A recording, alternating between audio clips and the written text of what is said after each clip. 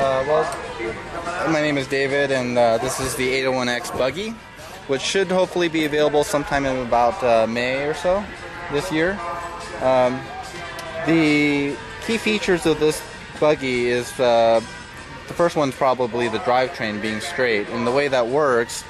This is an example. This is the the front differential, and the parts are modular, so the front and the rear have the same components, but what helps make it a straight drivetrain is typically the front of the chassis has about 10 degrees of kickup, and so with the ring, this not only very securely stabilizes the ring and pinion mesh, so you really very rarely have any problems with gears blowing out. It also allows you to position them up or down, so for the front, you can see Ryan's got his car set up with the ring placed higher, so this is allowed to pivot up and exit straight rather than going down at 10 degrees and then back up. And then of course the rear, this would normally be just pushed in the lower position so that it exits straight with the chassis. And then it's the bulkhead. It's a modular bulkhead, but it also captures it extremely securely. So not only is it holding it where the bearing area is, but the outer area is also held. You can see there's a ridge, so that really there's virtually no flex whatsoever. And so this slides in that easily. It's in there, and it's very secure. You can't move it. And this is what captures all that together afterwards. So that slides right in, and you have your bulkhead.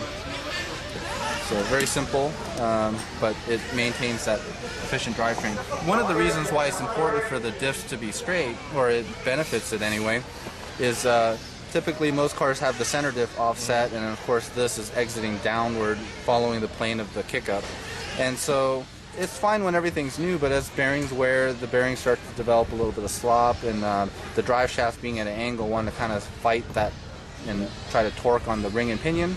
So if everything's straight, no matter what, it's going to put very little load, and a lot of that results in more efficiency, less wear.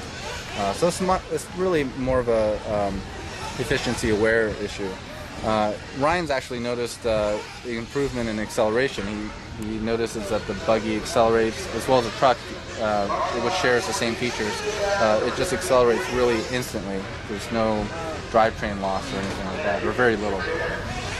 Some of the other features, now obviously because the center diff is straight, it's no longer offset, which typical buggies may be about 5 to 8 millimeters offset.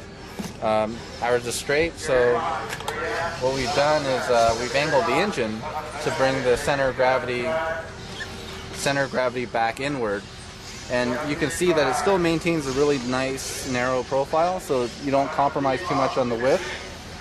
It's pretty much in line as far as the overall width with this average buggy. It's not the narrowest, but it's far from the widest, and so the purpose of this is primarily just to keep that center of gravity. The CG with this 15-degree angle, which moves the pipe inward as well, is the equivalent of the diff being offset 6-7 millimeters. So that CG is essentially the same. So we haven't compromised anything there, and we've achieved a nice, efficient, wear-free drivetrain. To do that also, obviously the carburetor is going to be at an angle, so what we've done is to keep it simple and not add additional bell cranks or anything. We've just chosen to angle the servo, the throttle servo, which keeps it in the same plane so you don't have any binding with the carburetor. And then the center diff is also angled 15 degrees to match that, so the brakes also operate completely normally. And those angles, there's no compromise in engine height. The height of the crankshaft is identical, so it's just angled over. And same with the center diff, so we haven't had to raise it or anything like that. It's as low as it can be.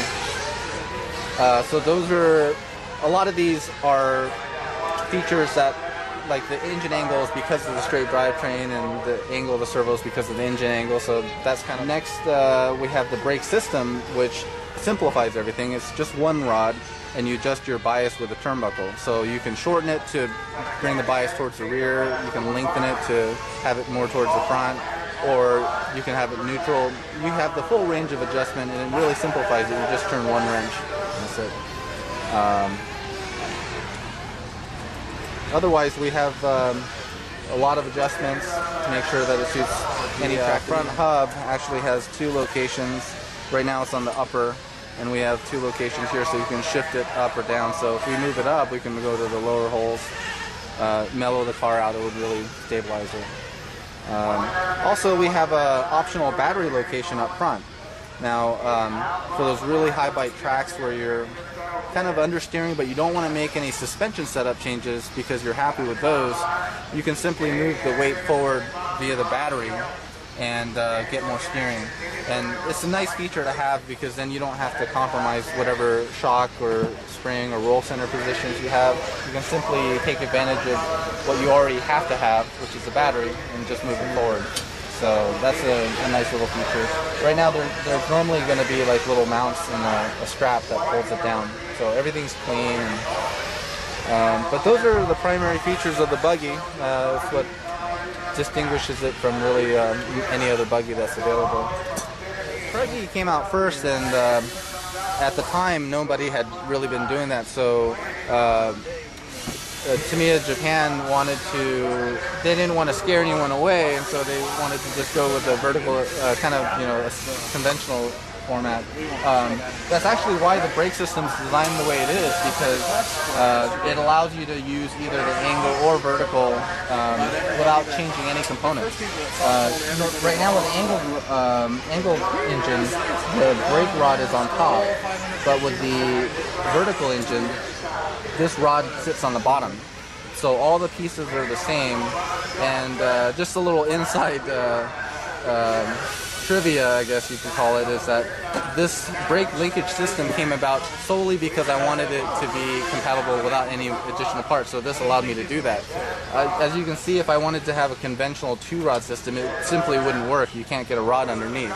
So this was kind of it ended up being a very, very positive thing, because one thing I haven't mentioned yet, but I will, is that maintenance is extremely easy with this system. Not only do you have all the adjustments and the simplicity, but there is actually an advantage. And so if you want to maintain your differential or brakes, all you have to do is remove the 2 set screws that are here. This whole brake system comes off. You could do whatever you want or have to do, and then when you go to put it back on, your brake bias and everything's exactly the same. It's not going to change one bit. So that's actually a very positive thing that actually comes with it. So, but that's kind of like a little inside story as far as how that all came about.